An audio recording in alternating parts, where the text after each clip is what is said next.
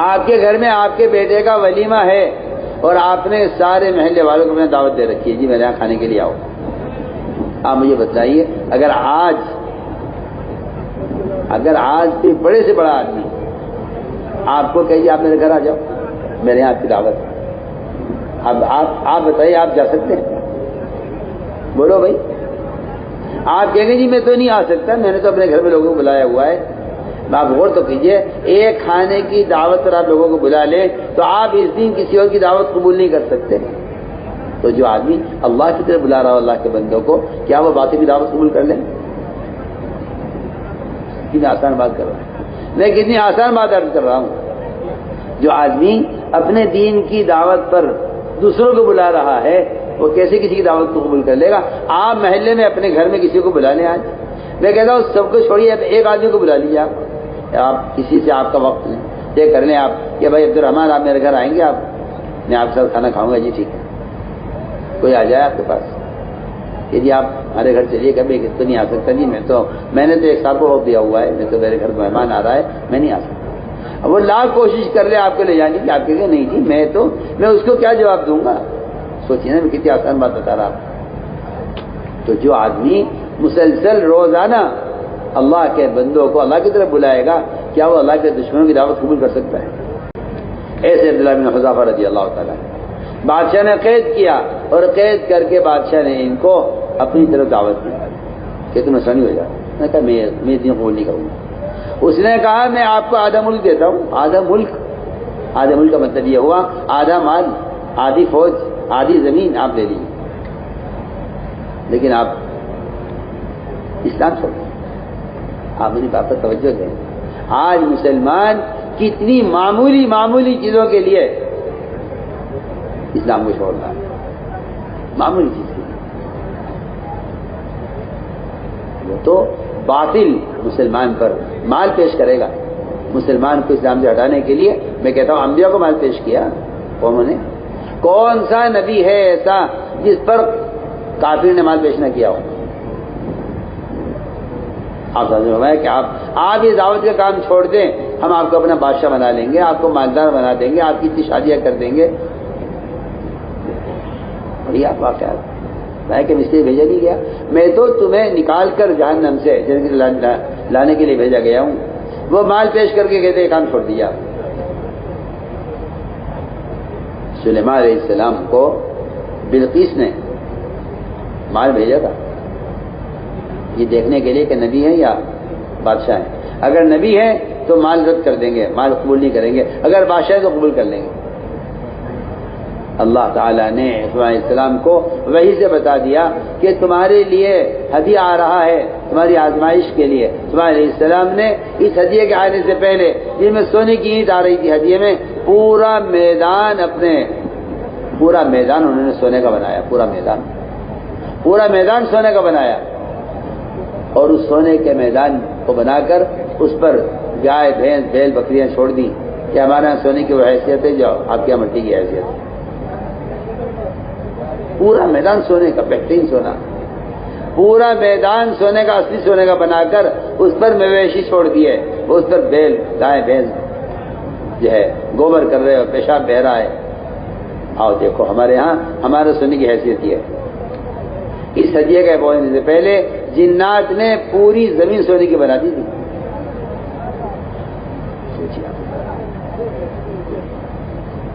متاثر ہوئے اور بیوقوف ایسا بنایا، ذلیل اتنا کیا ان کو. سلیمان علیہ السلام نے ان کو اتنا ذلیل کیا کہ جس راستے سے ان کو آنا تھا اس راستے سے ان کی لائی ہوئی اینٹ کے برابر سونے کی جگہ خالی چھوڑ دی. اس لیے اتنی کہ ہم یہاں سونا لگائیں گے.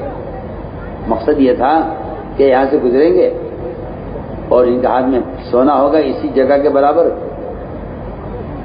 تو یہ سوچیں پڑ جائیں گے کہ اگر بادشاہ سے ملاقات ہونے سے پہلے ہماری تلاشی ہونے لگی اور یہ سونے کی اینٹ جو ہم ہدیے میں لائے ہیں اگر یہ یہاں ہمارے سامان میں نکل آئی تو ہم پر الزام لگے گا چوری کا کہ انہوں نے اینٹ یہاں سے اٹھائی. بتائیے آپ کتنا ذلیل کیا. اللہ پورا سونا فرش سونے کا بنایا اور اتنی بڑی جگہ خالی چھوڑ دی. وہاں سے ان کو گزارا ادھر سے گزرتے ہوئے تو دیکھا تو وہاں تو اتنی جگہ خالی پڑی ہوئی تھی، جتنی بڑی ہم اینٹ لائے تھے، انہیں یہ خیال نہیں آیا کہ یہاں لگا دیں گے، یہ انہیں خیال یہ آیا جن کا سارا فرش سونے کا میدان سونے کا بنا ہوا ہے، انہیں ہماری اینٹ کی کیا ضرورت ہے؟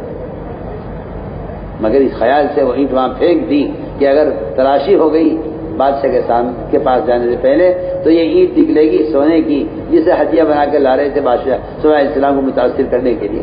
اللہ اکبر۔ فرمایا کہ اللہ نے ہمیں دیا ہوا ہے، اپنی ذات سے لینے کا ہمیں راستہ دیا ہوا ہے، تو ہمیں اللہ نے تم سے بہتر دیا ہوا ہے، حدیث سے آپ بھی خوش ہوئیے، ہمیں اس کی ضرورت نہیں ہے۔ اس طرح انبیاء علیہ السلام مال کو رد کر دیا کرتے تھے، یہ بتلانے کے لیے کہ ہمیں مال نہیں چاہیے، ہمیں تو تمہاری ذات مطلوب ہے۔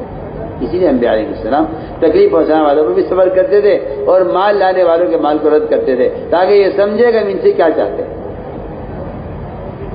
میرے بزرگوں دوستو عزیزو، اصل بات یہ ہے کہ اسلام کے پھیلنے کا جو بنیادی سبب ہے وہ مسلمان کے اسلام کو لے کر پھرنا ہے۔ اصل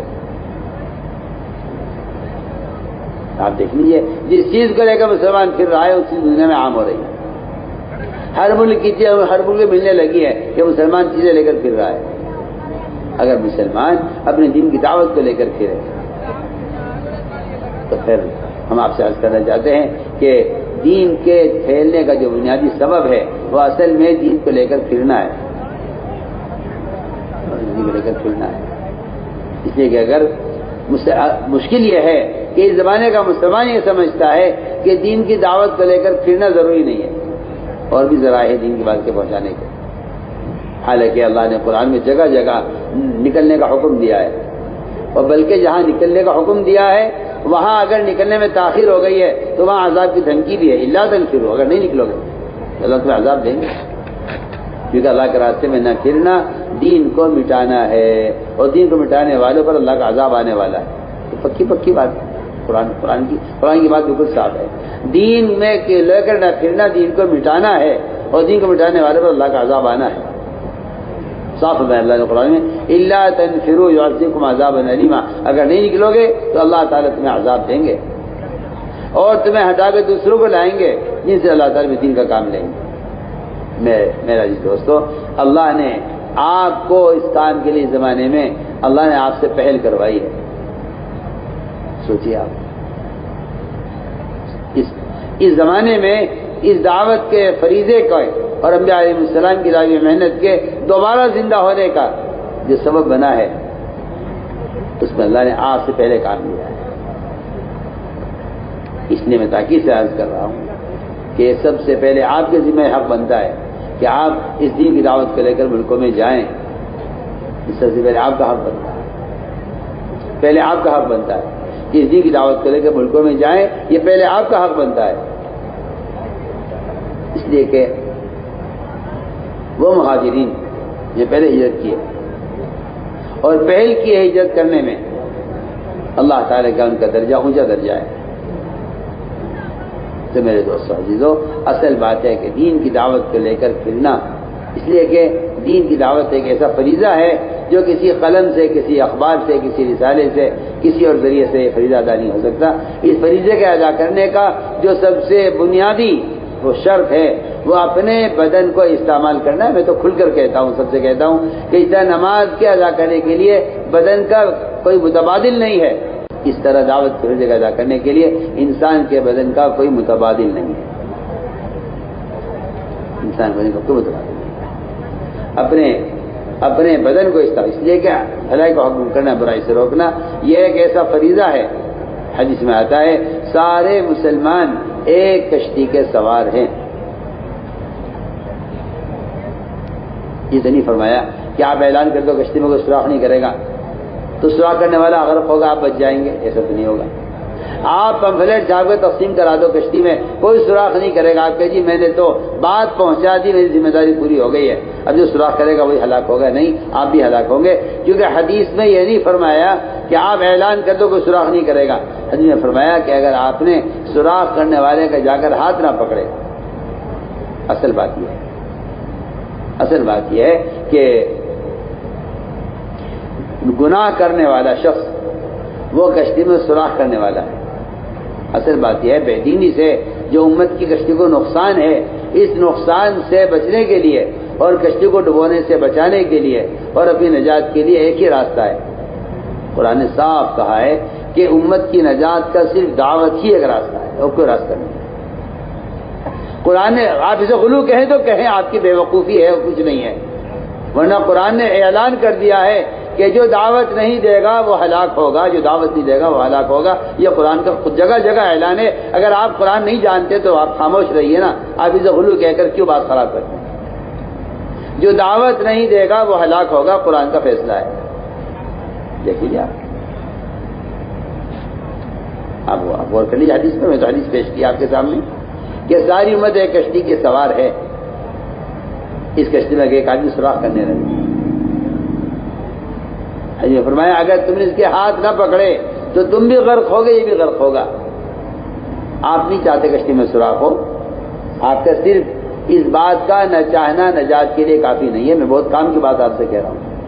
ایک آدمی ہے وہ گناہ کو تو گناہ سمجھتا ہے، ایک آدمی گناہ کو گناہ سمجھتا ہے لیکن روکتا نہیں ہے لوگوں کو۔ ایک آدمی گناہ کو گناہ سمجھتا ہے مگر روکتا نہیں ہے۔ یہ مثال اس شخص کی ہے جو کشتی میں سوار ہے سب کے ساتھ، وہ سوراخ کرنے کو برا تو سمجھتا ہے لیکن سوراخ کرنے والے کا آگے ہاتھ نہیں پکڑتا۔ بتائیے بچ جائے گا؟ یہ کیا خیال ہے آپ سب بتائیے مجھے۔ میں بہت اچھا سوال کر رہا ہوں سب سے۔ ایک کشتی میں سوار آدمی سوراخ کرنے کو برا سمجھتا ہے لیکن سوراخ کرنے والے کا ہاتھ نہیں پکڑتا جا کر، تو بتائیے آدمی بچ جائے گا؟ بولو کیا خیال ہے؟ نہیں بچے گا؟ کیا حدیث ہے، حدیث اللہ نے فرمایا جبرائیل اس بستی کو اٹھاؤ اور آسمان تک لے جا کے پٹک دو اس کو۔ جبرائیل نے کہا اے اللہ اس میں ذرا فلاں ایک بندہ ہے جو کبھی تیری یاد سے غافل نہیں ہوا۔ اللہ نے فرمایا اس سمیت اٹھا کے پلٹ دو۔ ہمارے احکام ٹوٹ رہے تھے، اس نے کوئی کوشش نہیں کی۔ میرے دوستو اس لیے بات سب نوٹ کر لیں کہ دعوت دینا ہر مسلمان کے ذمہ فرض عین ہے، مرد ہو یا عورت ہو۔ ہر مسلمان کے ذمہ دعوت دینا فرض عین ہے، مرد ہو یا عورت ہو، اور اس فرض عین کو ادا کرنے والا مسلمان گناہگار ہے۔ پکی بات یہ انصاف فرمایا من رأى منکم منکر، تم میں سے جو آدمی منکر کو دیکھ رہا ہے، آپ دیکھ لیجیے گناہوں کے اڈے بنے ہوئے ہیں اور بیچارے کوئی دعا کرانے آ جاوے، اجی دعا کر دو جی یہ گناہ کا اڈا لگ گیا ختم ہو جاوے، کوئی کسی ولی کے پاس چلا جائے گا کوئی وظیفہ پڑھنے کو بتا دو۔ دعوت کے فریضے کو چھوڑ کر آپ کوئی وظیفہ پڑھنے بے دینی کو ختم کرنے کا اللہ کی قسم نہیں کر سکتے۔ تو ان سارے باطل کے گناہوں کے اڈوں کو چھوڑنے کا ایک ہی سبب ہے۔ گناہ کون کر رہا ہے؟ جنات کر رہے۔ گناہ کون کر رہا ہے؟ جنات کر رہے، جانور کر رہے، حیوان کر رہے، گدھے بندر کر رہے، کون کر رہا گناہ؟ میری بات یاد رکھنا آپ، کافر کی بے دینی سے مسلمان کے دین کا کوئی نقصان نہیں ہے، کبھی بھی نہیں ہوگا۔ کافر کی بے دینی سے مسلمان کے دین کا کبھی کوئی نقصان نہیں ہوگا۔ اگر مسلمان کے دین کا نقصان ہوگا تو مسلمان کی بے دینی سے ہوگا۔ سب بات ہے۔ یہ جو آج کل مسلمانوں نے یہ بہانہ پکڑا ہوا ہے اور یہ جھوٹا عذر پیش کرتے ہیں کہ جی ہم تو دین پہ چلتے ہیں مگر کیا کریں قانون ہی ہے۔ میں آپ کو صاف بتا رہا ہوں، پہلے مسلمان اپنے دین کو بگاڑے گا پھر اغیار دین کو مٹائیں گے، پھر اغیار دین کو مٹائیں گے۔ پہلے مسلمان اپنے دین کو بگاڑے گا، پہلے مسلمان اپنے دین کو بگاڑے گا پھر اغیار دین کو مٹائیں گے۔ ہم بہت ضروری بات آپ صاف کریں، پہلے مسلمان دین کو بگاڑے گا، وہ تو بگڑے ہوئے دین خلاف بنتا ہے قانون۔ جو قوم اپنے دین پر اور اپنے مزاج پر اور اپنے معاشرے پر اور اپنے کلچر پر جو قوم جمع رہتی ہے وہ قوم کبھی مٹائی نہیں جا سکتی، تو وہ قوم مٹائی جاتی ہے۔ صاحب کہتا ہوں اگر اغیار اپنے معاشرے پر مجتمع ہیں تو یہ زندہ قوم ہے، اگر مسلمان اپنے معاشرے پر مجتمع نہیں ہے تو یہ مردہ قوم ہے۔ اس لیے ہم نے عرض کیا کہ صاف فرمایا حدیث میں کہ جو تم میں سے منکر کو ہوتا ہوا دیکھ رہا ہے، تو منکر کون کر رہا ہے؟ یہ منکر مسلمان کر رہا ہے۔ ان منکرات کے ماحول کو ختم کرنے کا ایک ہی راستہ ہے، اس کو ختم کرنے کا ایک ہی راستہ ہے کہ آپ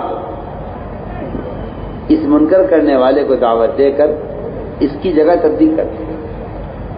میں کہتا ہوں آپ سے، تبلیغ میں پھرنے کا مقصد ہی یہی تھا، تبلیغ میں پھرنے کا مقصد ہی یہی تھا کہ ہر مسلمان کو دعوت دے کر اس کو برائی کے ماحول سے نکال کر عمل کے ماحول میں لے آنا، تبلیغ پھرنے کا مقصد ہی ہے۔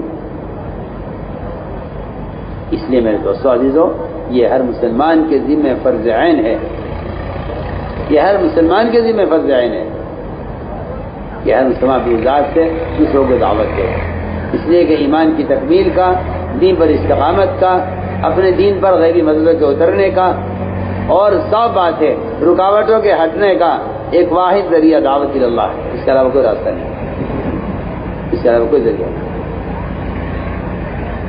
اس لیے اپنے ماحول کو بدلو دعوت کے ذریعے، اپنے ماحول کو بدلو دعوت کے ذریعے، اپنے ماحول کو تبدیل کرو دعوت کے ذریعے۔ اس لیے قرآن نے جگہ جگہ دھمکی دی ہے، اس راستے میں نکلنے میں دیر کرنے والوں کو قرآن نے دھمکی دی ہے۔ پڑھیے، آپ قرآن پڑھیے، قرآن کا حکم ہے وَأَنفِقُوا فِي سَبِيلِ اللَّهِ وَلَا تُلْقُوا بِأَيْدِيكُمْ إِلَى التَّهْلُكَةِ، اللہ کے راستے میں پھرنے میں، مال خرچ کرنے میں کبھی مت کرو، ورنہ اپنے ہاتھوں اپنے آپ کو ہلاکت میں ڈالو گے۔ یہ آیت کب نازل ہوئی؟ انصار مدینہ نے یہ طے کیا کہ اسلام پھیل چکا ہے، اسلام مضبوط ہو گیا ہے، مسلمانوں کی تعداد زیادہ ہو گئی ہے، مسلمان کام کرنے والا عملہ کافی ہو گیا ہے۔ اب تک ہم پھرتے رہے، ہم نے کھیت کیار، اپنا گھر بار، اپنی تجارت، دکان کچھ پلٹ کے کبھی دیکھا نہیں ہے۔ اب حالات گھر کے ایسے بن گئے ہیں کہ گھر کے کچھ تقاضے ہیں اور گھر کی کچھ ضروریات ہیں، انہیں پورا کرنے کے لیے ہم کچھ عرصے مدینے میں رہیں گے مقامی کام کے ساتھ۔ یہ صحابہ نے یہ کہا، کچھ عرصے مدینے میں رہنا چاہتے ہیں، اور یہ بات جو کی تھی انہوں نے، روایت میں آتا ہے کہ اللہ کے رسول کی محبت کے ساتھ کی تھی، منافقین کی طرح نہیں کہ اللہ کے رسول سے نفرت کے ساتھ یہ سوچا ہو کہ ہمیں دعوت سے کام کرنا نہیں ہے۔ وہ کہتے ہیں ہم نے اللہ کے رسول کی محبت کے ساتھ آپس میں مشورہ کیا کہ ہم اب تک پھرتے رہے، جب اسلام کمزور تھا، مسلمان تھوڑے تھے، اب اسلام پھیل گیا ہے اور رکاوٹیں دور ہو گئی ہیں اور مسلمان زیادہ ہو گئے ہیں اور اسلام کے مددگار کافی ہو گئے ہیں۔ اگر ہم کچھ عرصہ مقامی کام کرتے ہوئے، مسجد کی آبادی کی محنت کرتے ہوئے اگر ہم کچھ عرصہ مدینے میں رہ لیں، کچھ کاروبار دیکھ لیں، کچھ کھیت کیار دیکھ لیں، یہ ارادہ کیا انہوں نے۔ ادھر یہ مشورہ چل رہا تھا، ادھر اللہ تعالیٰ قرآن میں دھمکی اتار رہے تھے، دھمکی۔ یہ تھوڑی کہتے رہتا ہے ہاں بھائی تم تو بڑے کام کرنے والے ہو اور تم تو بڑے انصار ہو اور تم نے تو ابھی تک بڑی محنت کی ہے، بس کوئی حرج نہیں ہے، کچھ دن تم یہاں ٹھہر جاؤ، کچھ دن کے لیے دعوت کا کام چھوڑ دو، کچھ دن کے لیے باہر کا نکلنا چھوڑ دو، اور اب تو کوئی قتال بھی ہونے والا نہیں ہے، اس لیے نکلنا ضروری ہو۔ صحابی خود کہہ رہے ہیں کہ کوئی قتال بھی ہونے والا نہیں ہے، اس کے لیے نکلنا ضروری ہو جائے۔ جیسا آج کل کے لوگوں کا خیال ہے کہ صحابہ تو قتال کے لیے نکلا کرتے تھے، اسی کے لیے وعدے، اسی کے لیے وعیدیں ہوتی تھی۔ میں کہتا ہوں کہ خیال غلط ہے بالکل۔ صحابہ کا پھرنا وہ تو اقامت دین کے لیے ہے، صحابہ کا نبی کی بعثت کا مقصد اسلام کو قائم کرنا ہے، دین کو قائم کرنا ہے۔ اس لیے نفر و خروج کا مقصد صرف دشمن سے مقابلہ کرنا ہی، کوئی نکلنے کا مقصد نہیں ہے۔ یہ تو ایک وقتی عارض ہے جو کبھی پیش آیا کبھی پیش نہیں آیا۔ اصل مقصد نکلنے کا ساری انسانیت کو جہنم سے بچانا اور ساری انسانیت کو ہدایت پر لانا، یہ نکلنے کا اصل مقصد تھا۔ ادھر یہ مشورہ ہو رہا تھا صحابہ کا، ادھر قرآن نازل ہو رہا تھا۔ اللہ نے ان صحابہ کو نکلنے کی دھمکی دی ہے اور ہلاکت کی دھمکی دی ہے جو صحابہ بہت پھرنے والے تھے۔ سنیے تو صحیح، جو اس کام کو کرتے ہی نہیں ہیں ان کے لیے کیا دھمکی ہوگی جب اتنی محنت کرنے والوں کے لیے اللہ نے قرآن میں دھمکی نازل کی ہے۔ سوچیا اللہ نے فرمایا وَأَنفِقُوا فِي سَبِيلِ اللَّهِ۔ صحابہ نے آئے، آپ نے پوچھا صحابہ سے یہ کیا بات ہے، تم نے کیا سوچا؟ اللہ ناراض ہو رہے ہیں، اللہ ناراض ہو رہے ہیں، تم نے کیا مشورہ کیا ہے؟ یہ اللہ نے تو یہ سوچا تھا کہ اسلام پھیل چکا ہے، مسلمان کافی ہو گئے ہیں، ملکوں میں دین پہنچ چکا ہے، اب کچھ عرصے کے لیے کام چھوڑ کر بیٹھ جائیں اور مقامی کام کے ساتھ کچھ کاروبار دیکھ لیں۔ اللہ نے اس بات کو پسند نہیں کیا۔ بسم اللہ الرحمن الرحیم۔ السلام علیکم ورحمۃ اللہ۔ حضرت جی مولانا سعد صاحب دامت برکاتہم کا بیان سماعت فرمائیے۔ بیان کو لائک اور شیئر کرنا مت بھولیے اور اپنی آراء سے ضرور آگاہ کیجیے۔ جزاکم اللہ خیر۔ اللہ کے یہاں مجبور کون ہے، معذور کون ہے، یہ تو آج کو سمجھنا چاہیے۔ اللہ کے یہاں مجبور کون ہے، معذور کون ہے،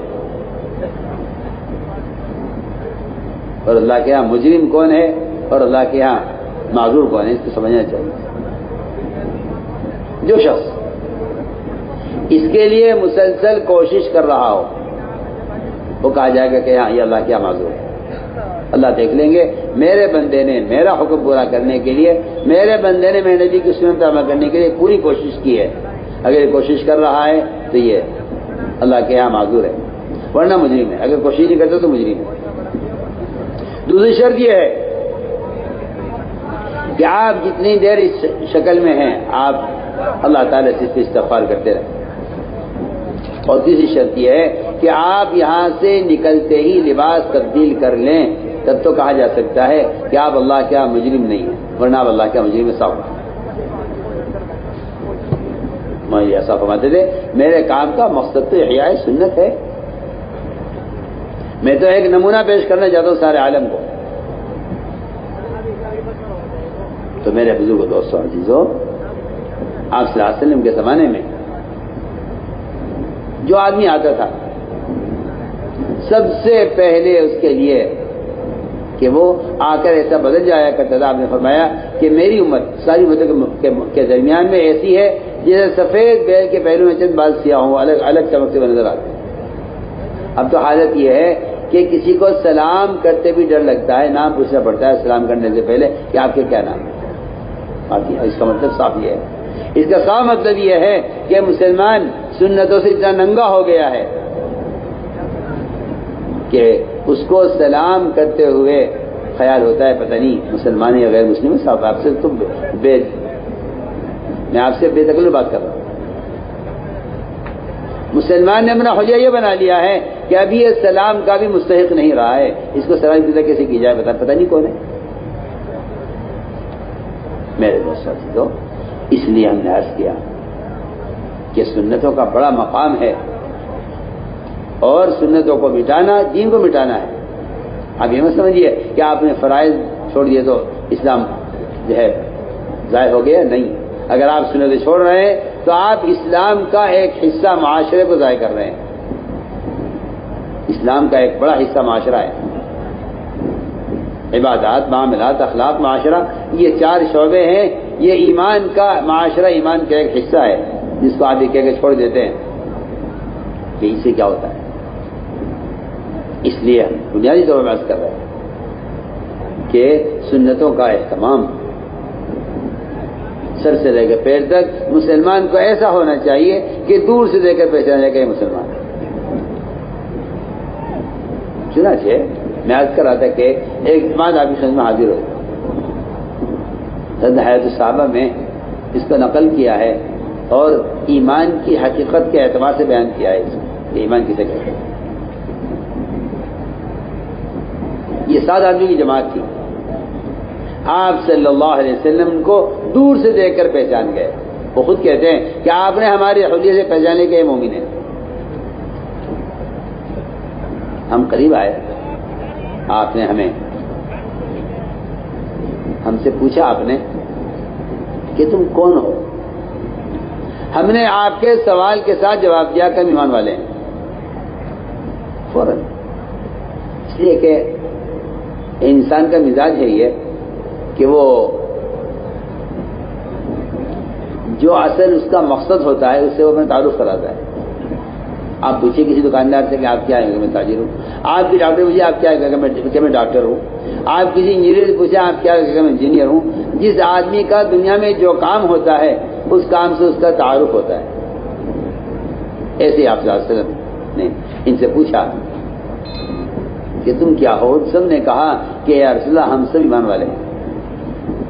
صاف کیا ہم سے ایمان والے ہیں؟ فرمایا تمہارے ایمان کی کیا علامت ہے؟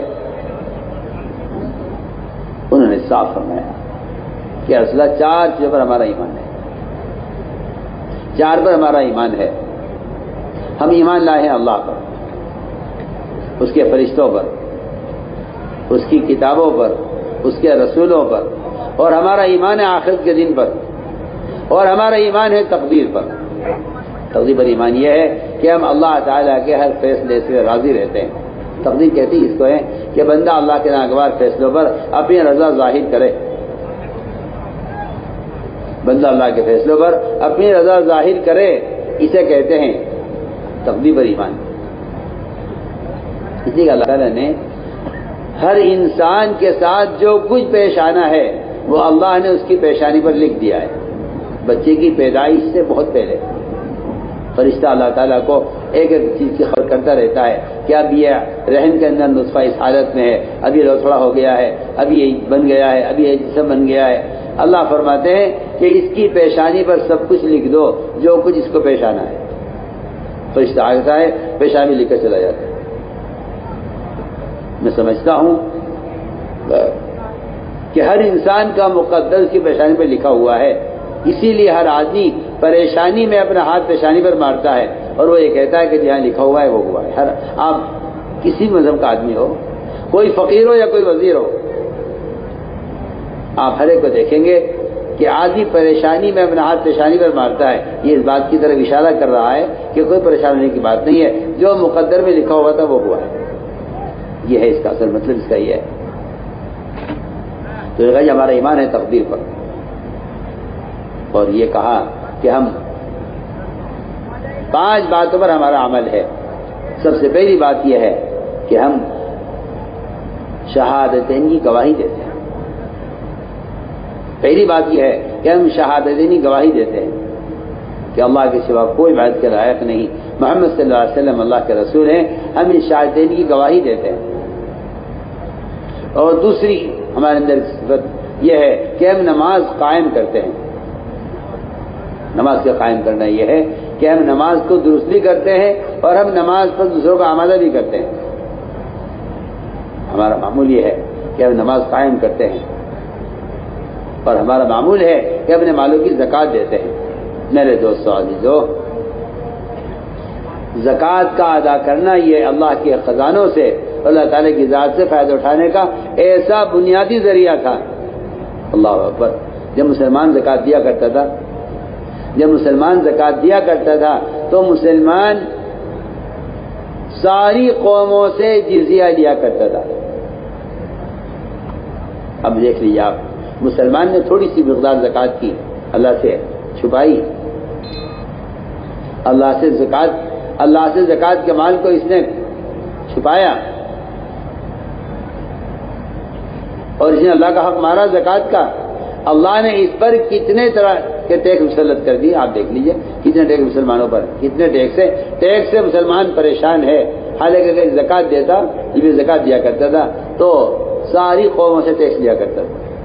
ساری قومیں مسلمان کو ٹیکس دیا کرتی تھی جب مسلمان زکوٰۃ دیا کرتا تھا، اور مسلمان نے زکوٰۃ دینے سے زکوٰۃ کو بچایا۔ حالانکہ زکوٰۃ کی رقم بہت معمولی تھی، زکوٰۃ کی مقدار اللہ نے بہت کم رکھی تھی، لیکن مسلمان نے زکوٰۃ کے فریضے کو ضائع کر کے اپنے اوپر ٹیکس مسلط کر لیا ہے۔ یہ ذلت میں پڑا ہے، اب غیر اس سے ٹیکس لیتے ہیں۔ میرے دوستوں عزیزو، اس لیے زکوٰۃ کے فریضے کو ایسا فرماتے تھے، اگر مسلمان صحیح طریقے سے زکوٰۃ ادا کرے تو مسلمان زکوٰۃ کی برکات کو، اور زکوٰۃ سے جو آمدنی ہوگی اور زکوٰۃ سے جو برکتیں آئیں گی، مسلمان ان کو برداشت نہیں کر سکتا۔ ہمیں چاہیے کہ اپنی زکوٰۃ کی رقم کو لے کر مستحق کو تلاش کریں، زکوٰۃ کو لے کر مستحق کو تلاش کریں، اس لیے کہ زکوٰۃ کی جو برکتیں ہیں اصل مستحق کی دعائیں ہیں۔ زکوٰۃ کی جو برکتیں ہیں مستحق کی دعائیں ہیں۔ جب مستحق دعا کرتا ہے زکوٰۃ دینے والے کے لیے تو اللہ رب العزت مستحق کی دعاؤں سے زکوٰۃ کے اندر برکتیں پیدا فرما دیتے ہیں۔ اور یہ تو اس پہ کوئی شک نہیں ہے کہ آنے والے حوادثات اور آنے والی مصیبتیں جو لوگوں کے کاروبار پر آتی ہیں یا لوگوں کے یہ ہے حساب پر مسائل آتے ہیں، ان کو دفع کرنے کا یہ سب سے بڑی طاقت اللہ نے صدقات میں رکھی ہے۔ اس لیے کہ حدیث میں آتا ہے کہ صدقہ بلائے کو دور کر دیتا ہے، صدقہ بلائے کو دور کر دیتا ہے۔ ایک صحابی تھے، انہوں نے اپنے گھر کے اندر اپنے مصلی کی جگہ سے لے کر باہر کے گیٹ تک رسی باندھی ہوئی تھی کہ کوئی سائل آئے تو اس کو صدقہ اپنے ہاتھ سے کرے۔ ان کے ماشاءاللہ جوان جوان بیٹے تھے، بیٹوں نے کہا کہ ابا جان آپ نے کیا راستے میں رسی باندھی ہوئی ہے، آپ کو اگر کوئی چیز پہنچانی تو ہم پہنچا دیں گے۔ فرمانے لگے کہ وہ کیونکہ نابینا تھے، راستہ گھر کا بھٹک جاتے کہیں، تو وہ رسی پکڑ پکڑ کے دروازے پر جاتے تھے اور سائل کو اپنے ہاتھ سے صدقہ کرتے تھے۔ بیٹوں نے کہا یہ رسی ہٹائی ہم پہنچا دیا کریں گے صدقہ، فرمایا کہ نہیں، میں نے اللہ کے رسول فرماتے ہوئے سنا ہے جو مسلمان کسی محتاج کو اپنے ہاتھ سے صدقہ دیتا ہے خود، آپ نے فرمایا کہ اللہ کی طرف سے آنے والی بلا اور مصیبت اس کے ذریعے ٹال دی جاتی ہے۔ فرمایا کہ مسکین کو اپنے ہاتھ سے دینا آنے والے حوادثات سے روک دیتا ہے۔ تو ہم نے عرض کیا کہ زکوٰۃ سے مال کم نہیں ہوتا، وہ تو سود سے مال ضائع ختم ہوتا ہے، اور زکوٰۃ سے تو مال اتنا بڑھ جاتا ہے کہ اللہ فرماتے ہیں کہ اللہ جس کے لیے چاہیں جتنا چاہیں بڑھا دے۔ وما آتیتم من زکاۃ تریدون وجہ اللہ فاولئک هم المضعفون، اللہ تعالیٰ فرماتے ہیں کہ زکوٰۃ دینے والوں کے مال کو تو میں اتنا بڑھا دوں گا کہ تم اس کی برکتوں کو تصور بھی نہیں کر سکتے۔ اس لیے فرمایا کہ ہم نے کیا ہم اپنے مالوں کی زکوٰۃ دیتے ہیں۔ یہ ہمارے اندر 5 فرائض ہیں، انہوں نے نماز کے ساتھ شمار کیا ہے شہادتین کی گواہی دینے کو۔ یہ میں کہنا چاہتا تھا کہ شہادتین کی گواہی دینا گویا ہر مسلمان کے ذمہ نماز کی طرح فرض ہے کہ انہوں نے اس کو فرائض بھی گنوایا ہے۔ یہ 5 وہ ہیں جس پر ہمارا عمل ہے۔ آپ نے فرمایا کہ یہ پورے دین کے سمجھنے والے فقہا ہیں، اور فرمایا کہ یہ باادب لوگ ہیں، اور فرمایا کہ ان کے اندر ایسی صفات ہیں کہ قریب تھے کہ سب کے سب نبی ہو جاتے، قریب تھے کہ سب نبی ہو جاتے۔ آپ صلی اللہ علیہ وسلم نے ان کے بارے میں یہ فرمایا۔ پھر آپ نے فرمایا کہ 5 باتیں اور یاد کر لو۔ تو آپ نے فرمایا دیکھو، مال جمع نہ کرنا ضرورت سے زیادہ، مکان تعمیر نہ کرنے ضرورت سے زیادہ، اور اس دنیا میں رغبت نہ کرنا جس دنیا کو چھوڑ کر اللہ کی طرف جانا ہے، اور اس آخرت کی فکر کرنا جہاں ہمیشہ رہنا ہے۔ اور آپ نے یہ فرمایا کہ اس اللہ سے ڈرتے رہنا جس کے سامنے سب کو جمع ہونا ہے۔ تو فرمایا 5 باتیں ہماری تم یاد کر لو۔ انہوں نے بھی اپنی 5 باتیں انہوں نے پیش کی، اور یہ کہا کہ یا رسول اللہ ہمارے اندر زمانے جاہلیت سے کچھ باتیں ہمارے اندر ہیں، اگر آپ کہتے ہیں باقی رکھے چاہیں تو ہم چھوڑ دیں۔ میں وہ کیا ہے؟ انہوں نے عجیب بیان دیا۔ اس لیے کہ میں کہنا چاہتا ہوں کہ ایمان والے وہ ہوتے ہیں جن میں یہ صفات ہوتی ہیں۔ انہوں نے کہا جی ہمارے اندر صبر ہے۔ صبر کسے کہتے ہیں؟ صبر کسے کہتے ہیں؟ آج کل لوگ یہ سمجھتے ہیں کہ صبر کا مطلب یہ ہے کہ کوئی آپ کو سزا برداشت کرتے رہے، کہ نہیں، اس کو صبر نہیں کہتے۔ صبر کے 3 درجے ہیں، صبر کے 3 مرحلے ہیں، صبر کے 3 مرحلے ہیں۔ سب سے پہلا صبر کا درجہ یہ ہے کہ مسلمان اپنے نفس کو مجبور کرے اللہ کے فرائض کے ادا کرنے پر، اور ہر کام میں، ہر ضرورت میں سنت کے مطابق عمل کرنے پر اپنے نفس کو مجبور کرے۔ یہ صبر کا پہلا درجہ ہے، اپنے نفس کو مجبور کرے فرائض کے ادا کرنے پر، اپنے نفس کو مجبور کرے حرام سے بچنے پر۔ دوسرا درجہ صبر کا یہ ہے کہ مسلمان اپنے آپ کو مجبور کرے ہر ضرورت کو سنت کے مطابق پورا کرنے پر۔ اگر یہ 2 درجے مسلمان صبر کے پورے کر لیتا ہے تو پھر مسلمان آگے کسی رکاوٹ میں یہ مثال سے بحث کرتا ہوں کہ اگر باطل آ جائے اس کے دین کے مقابلے میں تو پھر یہ صبر کیا، یہ باطل کے مقابلے پر جم سکے گا، اس کو صبر کہتے ہیں۔ لیکن یہ دو مرحلے جو صبر کے ہیں، حرام سے بچنا، فرائض کو پورا ادا کرنا، اور اپنے نفس کو سنت کے اتباع پر مجبور کرنا، اگر مسلمان ان دو لائن سے صبر کر لے تو پھر تیسرا جو صبر کا مرحلہ ہے وہ یہ ہے کہ پھر آدمی اپنے دین پر جمع رہے گا استقامت کے ساتھ، لاگ اسے ہٹایا جائے گا اس کے دین سے، مگر یہ ہٹے گا نہیں دین سے، اس لیے کہ اس نے صبر کے دو مرحلے پورے کر لیے ہیں۔ میں تو ساتھ سے بات کرتا ہوں، جو بچہ پہلی کلاس میں ناکام ہو جائے کیا وہ دوسری کلاس میں جا سکتا ہے؟ موٹی سی بات ہے۔ اس لیے ہم نے عرض کیا کہ یہ ہے ایمان کی ان کے اندر علامتیں، یہ ہمارے اندر صبر ہے، واقعی صبر ایسی صفت ہے۔ نبی کی نبوت کو صبر سے پہچانا گیا ہے، نبی کی نبوت کو کہ آپ نبی ہیں یا نہیں، اس کو پہچاننے کے لیے کفار آپ کو ستایا کرتے تھے، آپ کو نبی جاننے کے لیے کہ آپ نبی ہیں یا نہیں۔ آپ صلی اللہ علیہ وسلم ان کی اذیتوں پر اتنا صبر کرتے تھے اور انہیں اپنی دین کی طرف دعوت دیتے رہتے تھے، یہاں تک کہ وہ پہچان جاتے تھے کہ ہاں یہ نبی ہو سکتے ہیں، کیونکہ نبی کے اندر ایک صبر کی صفت ہے، نبی میں ایک صبر کی صفت ہے۔ فرمایا کہ ہاں یہ نبی ہو سکتے ہیں کہ ان کے اندر صبر کی صفت ہے۔ زید بن ثانہ ایک یہودی عالم تھے، انہوں نے آپ صلی اللہ علیہ وسلم کو نبی جاننے کے لیے اور نبوت کو پہچاننے کے لیے اور اپنے اطمینان کے لیے آپ کو ستایا، آپ کو تکلیف پہنچائی، مگر آپ نے صبر کیا اور آپ نے اس تکلیف کا بدلہ احسان سے دیا۔ یہ نہیں کہ بھائی اینٹ کا جواب پتھر سے دیں گے، یہ مسلمان کا کام نہیں۔ مسلمان کو چاہیے کہ وہ ساری قوم پر احسان کر کے بتلائے کہ میں مسلمان ہوں۔ اس لیے آپ صلی اللہ علیہ وسلم نے ساری اذیتیں برداشت کر کے ساری قوم کو یہ بتلایا کہ میں تمہارا خیر خواہ ہوں۔ اگر آپ صلی اللہ علیہ وسلم اپنے دشمن سے مقابلہ کرتے تو بتائیے تو صحیح، آپ کو نبی کون پہچانتا؟ آپ کو تو نبی پہچانا اس لیے گیا ہے۔ یہ کہ مثال سے میں کہتا ہوں کہ اسلام کا جو مزاج ہے وہ خوف پیدا کرنا یا کسی کو اسلام لانے پر مجبور کرنا، اسلام کا مزاج نہیں، اسلام کا مزاج یہ نہیں۔ اسلام کا مزاج یہ ہے کہ یہ اپنے دین کی دعوت کو ساری قوم پر اس طرح پیش کرتا ہے جس طرح کوئی میزبان مہمان کے لیے کھانا پیش کرتا ہے۔ آپ یہ پسند کریں گے؟ آپ یہ کھانا چاہیں گے؟ سنیے تو صحیح میں کیا کہہ رہا ہوں۔ آپ صلی اللہ علیہ وسلم نے اسلام کو قوم پر کیسے پیش کیا ہے؟ جیسے کوئی میزبان مہمان کے سامنے کھانا پیش کرتا ہے۔ بتائیے کیا کوئی میزبان کہہ سکتا ہے تو آپ اسے کھائیے اور ہم آپ کو ماریں گے؟ آپ یہ کھانا کھائیے اور ہم آپ کو ماریں گے، کوئی میزبان اس طرح کہہ سکتا ہے مہمان کو؟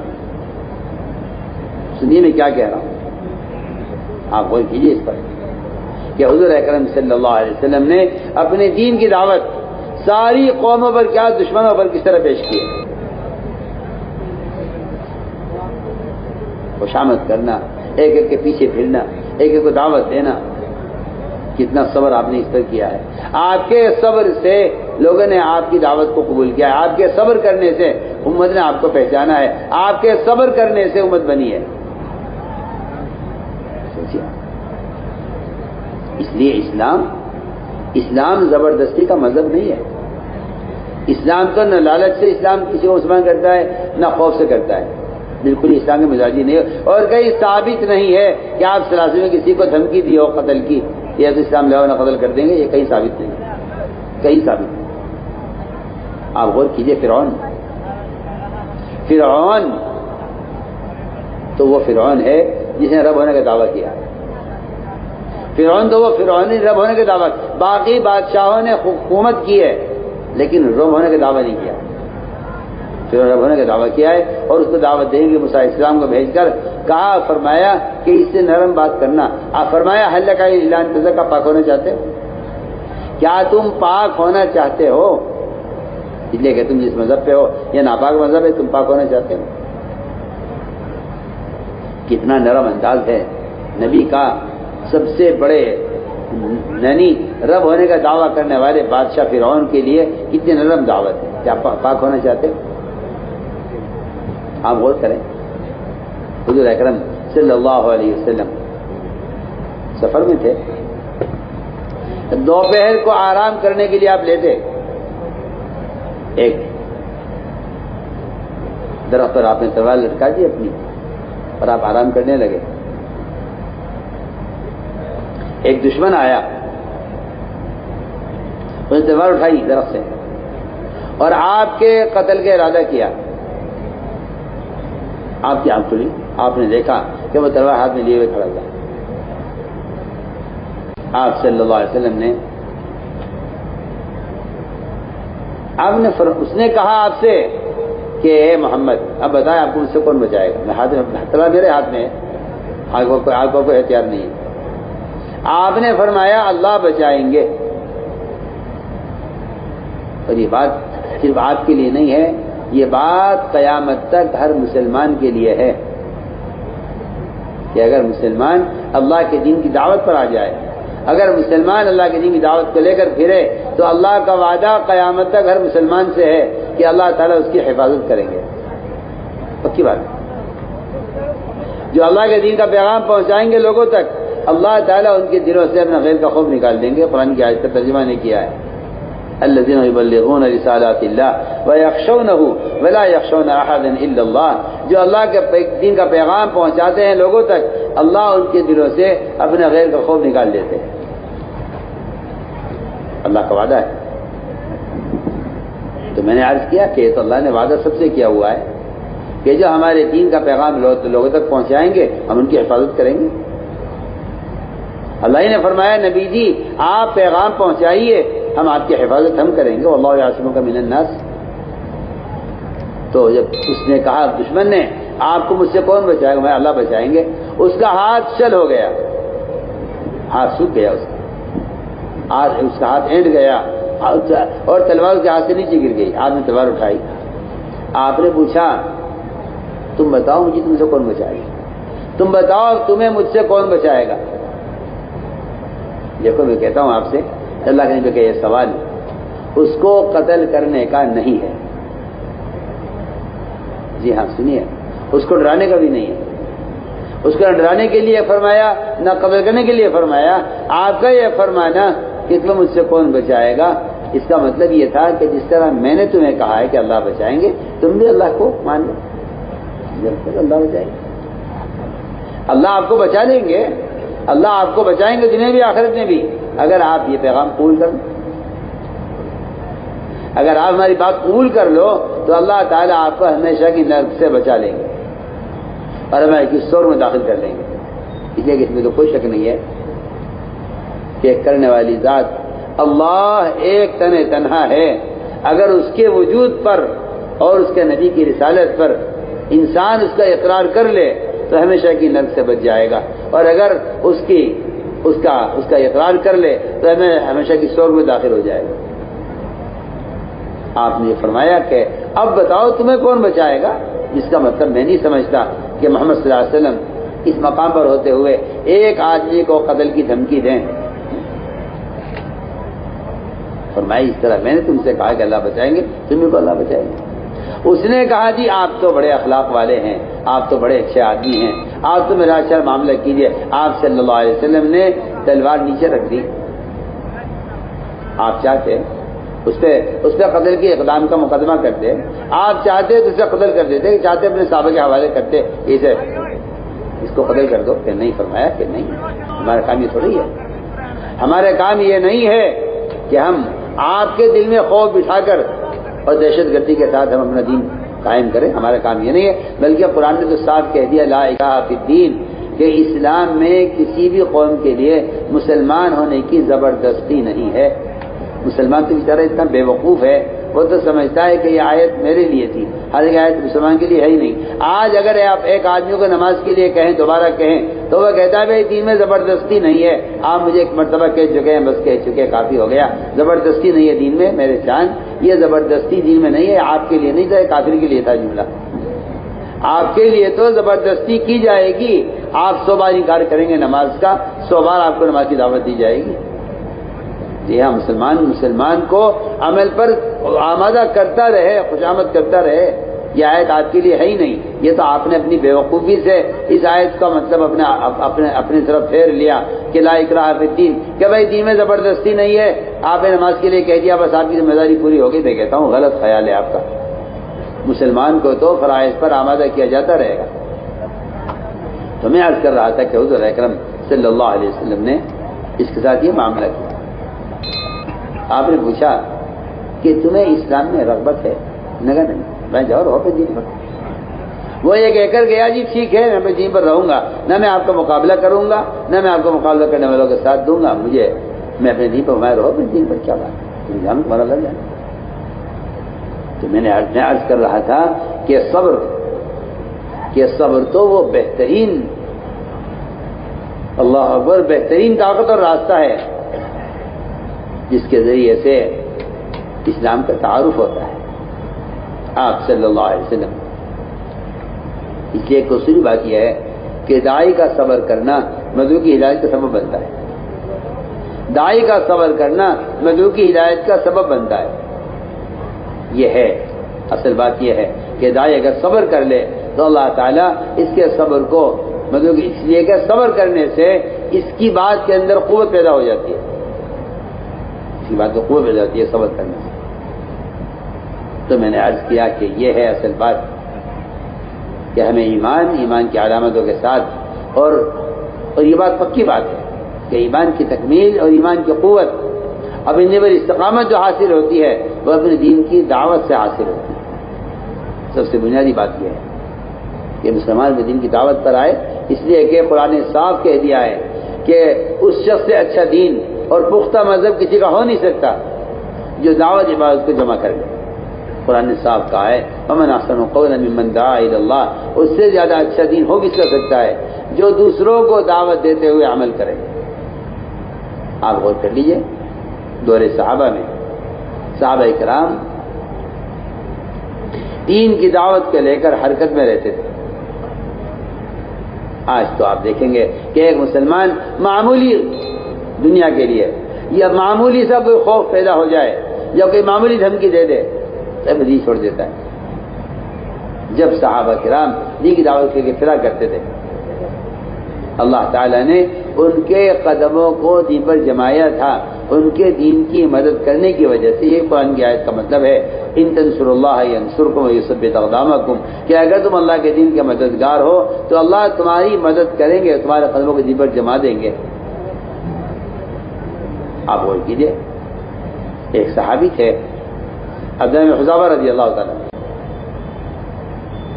ایک صحابی تھے عبداللہ بن حذافہ رضی اللہ تعالیٰ عنہ، اپنی جماعت کے ساتھ کام کرے تھے روم کے بادشاہ ان کو قید کیا۔ وہ نصرانی تھا، ان کو نصرانی ہونے کی دعوت دی کہ آپ نصرانی ہو جائے گی۔ انہوں نے کہا نہیں، میں تو یہ مذہب اختیار نہیں کروں گا، میں تو، کیونکہ جو آدمی اپنے دین کی دعوت دیتا ہے، اب میں آپ سے پوچھتا ہوں نا، ایک آدمی تاجر ہے، ایک آدمی تاجر ہے، بڑا بزنس مین ہے اور اس کے ملکوں میں تجارت پھیلی ہوئی ہے، اگر آپ اس سے یہ کہیں کہ آج آپ تجارت چھوڑ دیں اور آپ زمیندارہ شروع کر دیں تو کیا خیال ہے آپ کا؟ وہ ایسا کر لے گا؟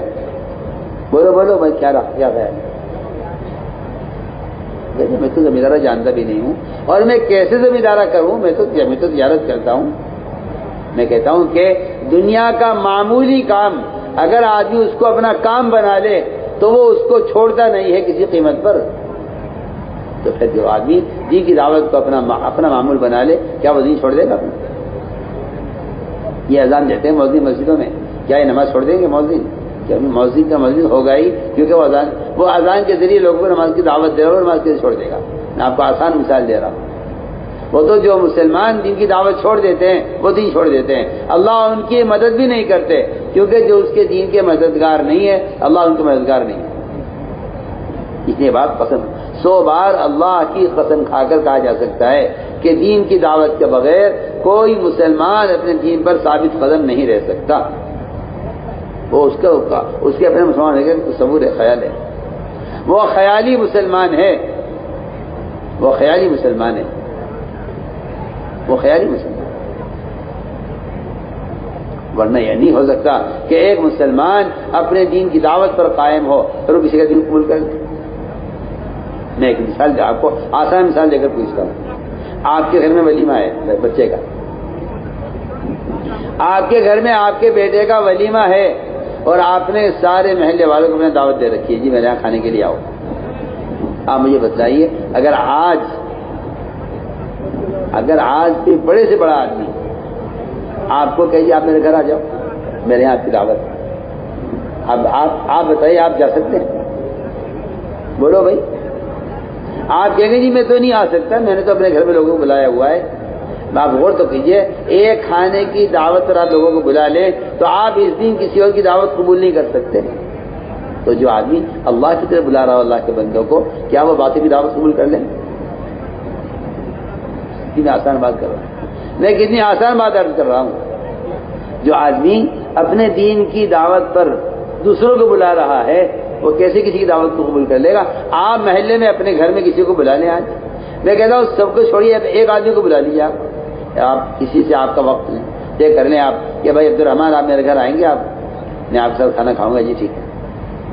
کوئی آ جائے آپ کے پاس کہ جی آپ ہمارے گھر چلیے، کبھی تو نہیں آ سکتا، جی میں نے تو ایک سال کو روک دیا ہوا ہے، میں تو میرے گھر مہمان آ رہا ہے، میں نہیں آ سکتا۔ اب وہ لاکھ کوشش کر لے آپ کو لے جانے کی، آپ کہیں گے نہیں جی میں اس کو کیا جواب دوں گا؟ سوچیے نا، میں کتنی آسان بات بتا رہا ہوں۔ تو جو آدمی مسلسل روزانہ اللہ کے بندوں کو اللہ کی طرف بلائے گا، کیا وہ اللہ کے دشمنوں کی دعوت قبول کر سکتا ہے؟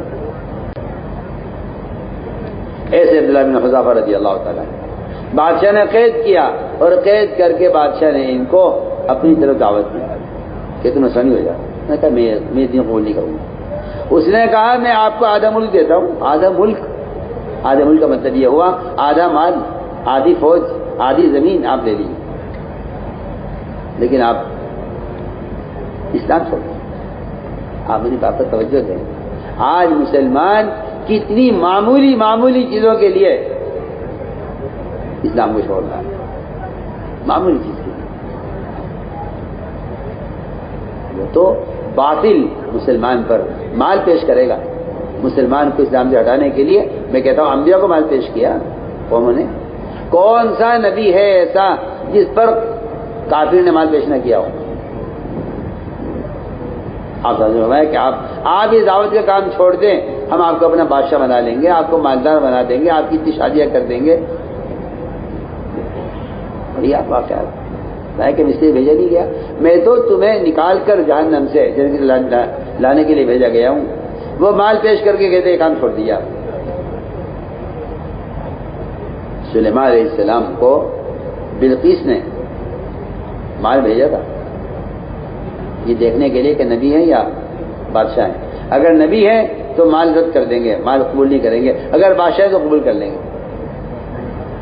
اللہ تعالیٰ نے سلیمان علیہ السلام کو وحی سے بتا دیا کہ تمہارے لیے ہدیہ آ رہا ہے، تمہاری آزمائش کے لیے۔ سلیمان علیہ السلام نے اس ہدیے کے آنے سے پہلے جن میں سونے کی اینٹ آ رہی تھی ہدیے میں، پورا میدان انہوں نے سونے کا بنایا، پورا میدان سونے کا بنایا، اور اس سونے کے میدان کو بنا کر اس پر گائے بھینس بیل بکریاں چھوڑ دی کہ ہمارے یہاں سونے کی وہ حیثیت ہے جو آپ کے یہاں مٹی کی حیثیت ہے۔ پورا میدان سونے کا، بہترین سونا، پورا میدان سونے کا، اصلی سونے کا بنا کر اس پر مویشی چھوڑ دیے، اس پر بیل گائے بھینس جو ہے گوبر کر رہے ہو، پیشاب بہ رہا ہے۔ آؤ دیکھو ہمارے یہاں ہمارا سونے کی حیثیت یہ ہے۔ اس ہدیے کے پہنچنے سے پہلے جنات نے پوری زمین سونے کی بنا دی تھی۔ سوچیے آپ متاثر ہوئے اور بیوقوف ایسا بنایا، ذلیل اتنا کیا ان کو، سلیمان علیہ السلام نے ان کو اتنا ذلیل کیا کہ جس راستے سے ان کو آنا تھا اس راستے سے ان کی لائی ہوئی اینٹ کے برابر سونے کی جگہ خالی چھوڑ دی۔ اس لیے اتنی کہ ہم یہاں سونا لگائیں گے، مقصد یہ تھا کہ یہاں سے گزریں گے اور ان کے ہاتھ میں سونا ہوگا اسی جگہ کے برابر۔ تو یہ سوچیں پڑ جائیں گے کہ اگر بادشاہ سے ملاقات ہونے سے پہلے ہماری تلاشی ہونے لگی اور یہ سونے کی اینٹ جو ہم ہدیے میں لائے ہیں اگر یہ یہاں ہمارے سامان میں نکل آئی تو ہم پر الزام لگے گا چوری کا کہ انہوں نے اینٹ یہاں سے اٹھائی. بتائیے آپ کتنا ذلیل کیا. اللہ پورا سونا فرش سونے کا بنایا اور اتنی بڑی جگہ خالی چھوڑ دی. وہاں سے ان کو گزارا ادھر سے گزرتے ہوئے تو دیکھا تو وہاں تو اتنی جگہ خالی پڑی ہوئی تھی جتنی بڑی ہم اینٹ لائے تھے. انہیں یہ خیال نہیں آیا کہ یہاں لگا دیں گے. انہیں خیال یہ آیا جن کا سارا فرش سونے کا میدان سونے کا بنا ہوا ہے انہیں ہماری اینٹ کی کیا ضرورت ہے. مگر اس خیال سے وہ اینٹ وہاں پھینک دی کہ اگر تلاشی ہو گئی بادشاہ کے پاس جانے سے پہلے تو یہ اینٹ نکلے گی سونے کی جسے ہدیہ بنا کے لا رہے تھے بادشاہ سلیمان علیہ السلام کو متاثر کرنے کے لیے. اللہ اکبر. فرمایا کہ اللہ نے ہمیں دیا ہوا ہے اپنی ذات سے لینے کا ہمیں راستہ دیا ہوا ہے تو ہمیں اللہ نے تم سے بہتر دیا ہوا ہے. اپنے ہدیے سے آپ بھی خوش ہوئیے, ہمیں اس کی ضرورت نہیں ہے. اس طرح انبیاء علیہ السلام مال کو رد کر دیا کرتے تھے یہ بتلانے کے لیے کہ ہمیں مال نہیں چاہیے, ہمیں تو تمہاری ذات مطلوب ہے. اسی لیے انبیاء علیہ السلام تکلیف پہنچانے والوں کو بھی صبر کرتے تھے اور مال لانے والوں کے مال کو رد کرتے تھے تاکہ یہ سمجھے کہ ہم ان سے کیا چاہتے ہیں. میرے بزرگوں دوستوں عزیزوں, اصل بات یہ ہے کہ اسلام کے پھیلنے کا جو بنیادی سبب ہے وہ مسلمان کے اسلام کو لے کر پھرنا ہے. اصل آپ دیکھ لیجیے جس چیز کو لے کر مسلمان پھر رہا ہے اس چیز دنیا میں عام ہو رہی ہے. ہر ملک کی چیز ہر ملک میں ملنے لگی ہے کہ مسلمان چیزیں لے کر پھر رہا ہے. اگر مسلمان اپنے دین کی دعوت کو لے کر پھرے تو پھر ہم آپ سے عرض کرنا چاہتے ہیں کہ دین کے پھیلنے کا جو بنیادی سبب ہے وہ اصل میں دین کو لے کر پھرنا ہے. دین کو لے کر پھرنا ہے. اس لیے کہ اگر مشکل یہ ہے کہ اس زمانے کا مسلمان یہ سمجھتا ہے کہ دین کی دعوت کو لے کر پھرنا ضروری نہیں ہے اور بھی ذرائع ہے دین کی بات کے پہنچانے کے.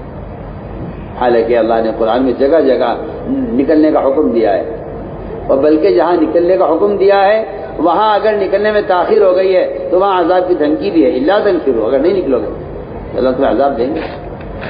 کیونکہ اللہ کے راستے میں نہ پھرنا دین کو مٹانا ہے اور دین کو مٹانے والوں پر اللہ کا عذاب آنے والا ہے. یہ پکی بات ہے. قرآن کی بات بالکل صاف ہے. دین میں لے کر نہ پھرنا دین کو مٹانا ہے اور دین کو مٹانے والے پر اللہ کا عذاب آنا ہے. صاف ہے اللہ نے قرآن میں الا تنفروا يعذبكم عذابا الیما, اگر نہیں نکلو گے تو اللہ تعالیٰ تمہیں عذاب دیں گے اور تمہیں ہٹا کے دوسروں کو لائیں گے جن سے اللہ تعالیٰ دین کا کام لیں گے. میرا جی دوستو, اللہ نے آپ کو اس کام کے لیے زمانے میں اللہ نے آپ سے پہل کروائی ہے. سوچیے آپ اس زمانے میں اس دعوت کے فریضے کا اور انبیاء علیہ السلام کی دعوی محنت کے دوبارہ زندہ ہونے کا جو سبب بنا ہے اس میں اللہ نے آپ سے پہلے کام لیا ہے. اس لیے میں تاکید سے عرض کر رہا ہوں کہ سب سے پہلے آپ کے ذمہ حق بنتا ہے کہ آپ اس دین کی دعوت کو لے کر ملکوں میں جائیں. اس سب سے پہلے آپ کا حق بنتا ہے.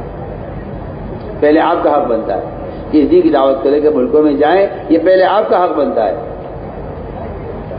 اس لیے کہ وہ مہاجرین جو پہلے ہجرت کیے اور پہل کی ہے ہجرت کرنے میں, اللہ تعالیٰ کا ان کا درجہ اونچا درجہ ہے.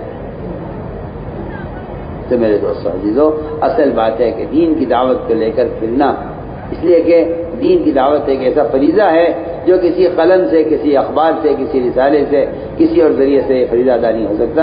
اس فریضے کے ادا کرنے کا جو سب سے بنیادی وہ شرط ہے وہ اپنے بدن کو استعمال کرنا ہے. میں تو کھل کر کہتا ہوں, سب سے کہتا ہوں کہ اس طرح نماز کے ادا کرنے کے لیے بدن کا کوئی متبادل نہیں ہے, اس طرح دعوت فریضے کا ادا کرنے کے لیے انسان کے بدن کا کوئی متبادل نہیں ہے.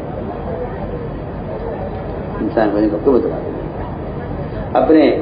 اپنے بدن کو اس لیے کہ بھلائی کو حکم کرنا, برائی سے روکنا, یہ ایک ایسا فریضہ ہے.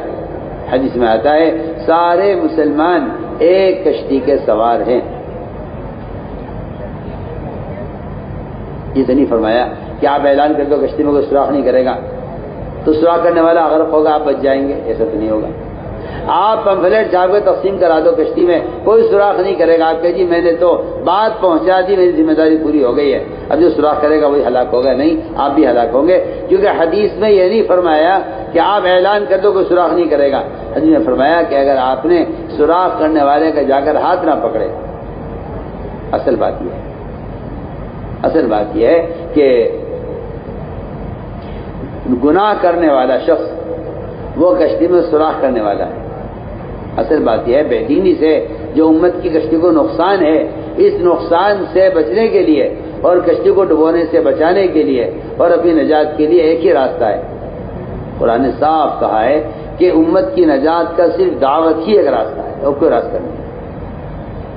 قرآن نے آپ اسے غلو کہیں تو کہیں، آپ کی بے وقوفی ہے اور کچھ نہیں ہے، ورنہ قرآن نے اعلان کر دیا ہے کہ جو دعوت نہیں دے گا وہ ہلاک ہوگا، جو دعوت نہیں دے گا وہ ہلاک ہوگا. یہ قرآن کا جگہ جگہ اعلان ہے. اگر آپ قرآن نہیں جانتے تو آپ خاموش رہیے نا، آپ اسے غلو کہہ کر کیوں بات خراب کرتے ہیں؟ جو دعوت نہیں دے گا وہ ہلاک ہوگا، قرآن کا فیصلہ ہے. دیکھیے آپ غور کر لیجیے حدیث میں. میں تو حدیث پیش کی آپ کے سامنے کہ ساری امت ایک کشتی کے سوار ہے. اس کشتی میں ایک آدمی سوراخ کرنے رہے. حضرت فرمایا اگر تم نے اس کے ہاتھ نہ پکڑے تو تم بھی غرق ہوگے، یہ بھی غرق ہوگا. آپ نہیں چاہتے کشتی میں سوراخ ہو. آپ کا صرف اس بات کا نہ چاہنا نجات کے لیے کافی نہیں ہے. میں بہت کام کی بات آپ سے کہہ رہا ہوں. ایک آدمی ہے وہ گناہ کو تو گناہ سمجھتا ہے. ایک آدمی گناہ کو گناہ سمجھتا ہے لیکن روکتا نہیں ہے لوگوں کو. ایک آدمی گناہ کو گناہ سمجھتا ہے مگر روکتا نہیں ہے. یہ مثال اس شخص کی ہے جو کشتی میں سوار ہے سب کے ساتھ. وہ سوراخ کرنے کو برا تو سمجھتا ہے لیکن سوراخ کرنے والے کا آگے ہاتھ نہیں پکڑتا. بتائیے بچ جائے گا؟ یہ کیا خیال ہے آپ سب بتائیے مجھے. میں بہت اچھا سوال کر رہا ہوں سب سے. ایک کشتی میں سوار آدمی سوراخ کرنے کو برا سمجھتا ہے لیکن سوراخ کرنے والے کا ہاتھ نہیں پکڑتا جا کر. تو بتائیے آدمی بچ جائے گا؟ بولو کیا خیال ہے؟ نہیں بچے گا. کیا حدیث ہے، حدیث اللہ نے فرمایا جبرائیل اس بستی کو اٹھاؤ اور آسمان تک لے جا کے پٹک دو اس کو. جبرائیل نے کہا اے اللہ اس میں ذرا فلاں ایک بندہ ہے جو کبھی تیری یاد سے غافل نہیں ہوا. اللہ نے فرمایا اس سمیت اٹھا کے پلٹ دو. ہمارے احکام ٹوٹ رہے تھے، اس نے کوئی کوشش نہیں کی. میرے دوستو اس لیے بات سب نوٹ کر لیں کہ دعوت دینا ہر مسلمان کے ذمہ فرض عین ہے، مرد ہو یا عورت. ہر مسلمان کے ذمہ دعوت دینا فرض عین ہے، مرد ہو یا عورت ہو. اور اس فرض عین کو ادا کرنے والا مسلمان گناہگار ہے. پکی بات. یہ انصاف فرمایا من رأى منکم منکر، تم میں سے جو آدمی منکر کو دیکھ رہا ہے. آپ دیکھ لیجیے گناہوں کے اڈے بنے ہوئے ہیں اور بیچارے کوئی دعا کرانے آ جاوے، اجی دعا کر دو جی یہ گناہ کا اڈا لگ گیا ختم ہو جاوے. کوئی کسی ولی کے پاس چلا جائے گا کوئی وظیفہ پڑھنے کو بتا دو. دعوت کے فریضے کو چھوڑ کر آپ کوئی وظیفہ پڑھنے بے دینی کو ختم کرنے کا اللہ کی قسم نہیں کر سکتے. تو ان سارے باطل کے گناہوں کے اڈوں کے توڑنے کا ایک ہی سبب ہے. گناہ کون کر رہا ہے؟ جنات کر رہے. گناہ کون کر رہا ہے؟ جنات کر رہے، جانور کر رہے، حیوان کر رہے، گدھے بندر کر رہے. کون کر رہا گناہ؟ میری بات یاد رکھنا آپ. کافر کی بے دینی سے مسلمان کے دین کا کوئی نقصان نہیں ہے، کبھی بھی نہیں ہوگا. کافر کی بے دینی سے مسلمان کے دین کا کبھی کوئی نقصان نہیں ہوگا. اگر مسلمان کے دین کا نقصان ہوگا تو مسلمان کی بے دینی سے ہوگا. سب بات. یہ جو آج کل مسلمانوں نے یہ بہانہ پکڑا ہوا ہے اور یہ جھوٹا عذر پیش کرتے ہیں کہ جی ہم تو دین پہ چلتے ہیں مگر کیا کریں قانون ہی ہے. میں آپ کو صاف بتا رہا ہوں، پہلے مسلمان اپنے دین کو بگاڑے گا پھر اغیار دین کو مٹائیں گے. پہلے مسلمان اپنے دین کو بگاڑے گا، پہلے مسلمان اپنے دین کو بگاڑے گا پھر اغیار دین کو مٹائیں گے. ہم بہت ضروری بات آپ صاحب سے کریں. پہلے مسلمان دین کو بگاڑے گا، وہ تو بگڑے ہوئے دین کے خلاف بنتا ہے قانون. جو قوم اپنے دین پر اور اپنے مزاج پر اور اپنے معاشرے پر اور اپنے کلچر پر جو قوم جمع رہتی ہے وہ قوم کبھی مٹائی نہیں جا سکتی، وہ قوم مٹائی جاتی ہے۔ صاحب کہتا ہوں اگر اغیار اپنے معاشرے پر مجتمع ہیں تو یہ زندہ قوم ہے، اگر مسلمان اپنے معاشرے پر مجتمع نہیں ہے تو یہ مردہ قوم ہے۔ اس لیے ہم نے عرض کیا کہ صاف ہمارے حدیث میں کہ جو تم میں سے منکر کو ہوتا ہوا دیکھ رہا ہے تو منکر کون کر رہا ہے؟ کہ منکر مسلمان کر رہا ہے۔ ان منکرات کے ماحول کو ختم کرنے کا ایک ہی راستہ ہے، اس کو ختم کرنے کا ایک ہی راستہ ہے کہ آپ اس منکر کرنے والے کو دعوت دے کر اس کی جگہ تبدیل کر دیں۔ میں کہتا ہوں آپ سے تبلیغ میں پھرنے کا مقصد ہی یہی تھا، تبلیغ میں پھرنے کا مقصد ہی یہی تھا کہ ہر مسلمان کو دعوت دے کر اس کو برائی کے ماحول سے نکال کر عمل کے ماحول میں لے آنا، تبلیغ پھرنے کا مقصد ہی ہے۔ اس لیے میرے دوستو عزیزو، یہ ہر مسلمان کے ذمہ فرض عین ہے، یہ ہر مسلمان کے ذمہ فرض عین ہے کہ ہر مسلمان اپنی ذات سے دوسروں کو دعوت دے، اس لیے کہ ایمان کی تکمیل کا، دین پر استقامت کا، اپنے دین پر غیبی مدد کے اترنے کا، اور صاف بات ہے رکاوٹوں کے ہٹنے کا ایک واحد ذریعہ دعوت اللہ ہے، اس کا کوئی راستہ نہیں، اس کا کوئی ذریعہ نہیں۔ اس لیے اپنے ماحول کو بدلو دعوت کے ذریعے، اپنے ماحول کو بدلو دعوت کے ذریعے، اپنے ماحول کو تبدیل کرو دعوت کے ذریعے۔ اس لیے قرآن نے جگہ جگہ دھمکی دی ہے، اس راستے میں نکلنے میں دیر کرنے والوں کو قرآن نے دھمکی دی ہے۔ پڑھیے آپ قرآن پڑھیے، قرآن کا حکم ہے وَأَنفِقُوا فِي سَبِيلِ اللَّهِ وَلَا تُلْقُوا بِأَيْدِيكُمْ إِلَى التَّهْلُكَةِ، اللہ کے راستے میں پھرنے میں، مال خرچ کرنے میں کبھی مت کرو ورنہ اپنے ہاتھوں اپنے آپ کو ہلاکت میں ڈالو گے۔ یہ آیت کب نازل ہوئی؟ انصار مدینہ نے یہ طے کیا کہ اسلام پھیل چکا ہے، اسلام مضبوط ہو گیا ہے، مسلمانوں کی تعداد زیادہ ہو گئی ہے، مسلمان کام کرنے والا عملہ کافی ہو گیا ہے۔ اب تک ہم پھرتے رہے، ہم نے کھیت کیار، اپنا گھر بار، اپنی تجارت، دکان کچھ پلٹ کے کبھی دیکھا نہیں ہے۔ اب حالات گھر کے ایسے بن گئے ہیں کہ گھر کے کچھ تقاضے ہیں اور گھر کی کچھ ضروریات ہیں، انہیں پورا کرنے کے لیے ہم کچھ عرصے مدینے میں رہیں گے مقامی کام کے ساتھ۔ یہ صحابہ نے یہ کہا تھا، کچھ عرصے مدینے میں رہنا چاہتے ہیں، اور یہ بات جو کی تھی انہوں نے، روایت میں آتا ہے کہ اللہ کے رسول کی محبت کے ساتھ کی تھی، منافقین کی طرح نہیں کہ اللہ کے رسول سے نفرت کے ساتھ یہ سوچا ہو کہ ہمیں دعوت سے کام کرنا نہیں ہے۔ وہ کہتے ہیں ہم نے اللہ کے رسول کی محبت کے ساتھ آپس میں مشورہ کیا کہ ہم اب تک پھرتے رہے، جب اسلام کمزور تھا، مسلمان تھوڑے تھے، اب اسلام پھیل گیا ہے اور رکاوٹیں دور ہو گئی ہیں اور مسلمان زیادہ ہو گئے ہیں اور اسلام کے مددگار کافی ہو گئے ہیں۔ اگر ہم کچھ عرصہ مقامی کام کرتے ہوئے، مسجد کی آبادی کی محنت کرتے ہوئے اگر ہم کچھ عرصہ مدینے میں رہ لیں، کچھ کاروبار دیکھ لیں، کچھ کھیتی کیار دیکھ لیں، یہ ارادہ کیا انہوں نے۔ ادھر یہ مشورہ چل رہا تھا، ادھر اللہ تعالیٰ قرآن میں دھمکی اتار رہے تھے، دھمکی۔ یہ تھوڑی کہتے اللہ تعالیٰ ہاں بھائی تم تو بڑے کام کرنے والے ہو اور تم تو بڑے انصار ہو اور تم نے تو ابھی تک بڑی محنت کی ہے، بس کوئی حرج نہیں ہے، کچھ دن تم یہاں ٹھہر جاؤ، کچھ دن کے لیے دعوت کا کام چھوڑ دو، کچھ دن کے لیے باہر کا نکلنا چھوڑ دو، اور اب تو کوئی قتال بھی ہونے والا نہیں ہے اس لیے نکلنا ضروری ہو۔ صحابی خود کہہ رہے ہیں کہ کوئی قتال بھی ہونے والا نہیں ہے اس کے لیے نکلنا ضروری ہو جائے۔ جیسا آج کل کے لوگوں کا خیال ہے کہ صحابہ تو قتال کے لیے نکلا کرتے تھے، اسی کے لیے وعدے، اسی کے لیے وعیدیں ہوتی تھی۔ میں کہتا ہوں کہ خیال غلط ہے بالکل۔ صحابہ کا پھرنا وہ تو اقامت دین کے لیے ہے، صحابہ کا نبی کی بعثت کا مقصد اسلام کو قائم کرنا ہے، دین کو قائم کرنا ہے۔ اس لیے نفر و خروج کا مقصد صرف دشمن سے مقابلہ کرنا ہی، یہ کوئی نکلنے کا مقصد نہیں ہے، یہ تو ایک وقتی عارض ہے جو کبھی پیش آیا کبھی پیش نہیں آیا۔ اصل مقصد نکلنے کا ساری انسانیت کو جہنم سے بچانا اور ساری انسانیت کو ہدایت پر لانا، یہ نکلنے کا اصل مقصد تھا۔ ادھر یہ مشورہ ہو رہا تھا صحابہ کا، ادھر قرآن نازل ہو رہا تھا۔ اللہ نے ان صحابہ کو نکلنے کی دھمکی دی ہے اور ہلاکت کی دھمکی دی ہے جو صحابہ بہت پھرنے والے تھے۔ سنیے تو صحیح، جو اس کام کو کرتے ہی نہیں ہیں ان کے لیے کیا دھمکی ہوگی۔ جب اتنی محنت کرنے والوں کے لیے اللہ نے قرآن میں جنگ نازل کیا، سوچیا اللہ نے فرمایا وانفقوا فی سبیل اللہ. صحابہ نے آئے، آپ نے پوچھا صحابہ سے یہ کیا بات ہے، تم نے کیا سوچا؟ اللہ ناراض ہو رہے ہیں،